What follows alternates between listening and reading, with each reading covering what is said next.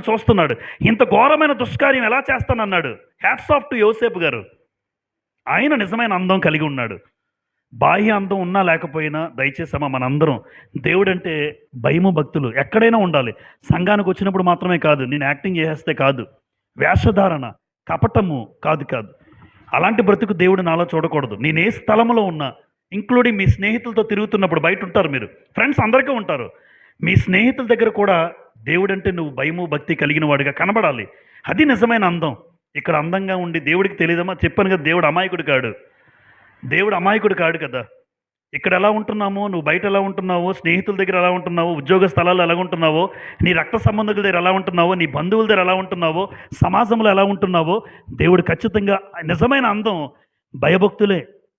మరి ఒక్కసారి మన గుండెల మీద చేసుకుని, నిజంగా నాలో భయము భక్తి ఉందా, ఉంటే దేవుడికి నువ్వు అందంగా కనబడతావు. దేవుడు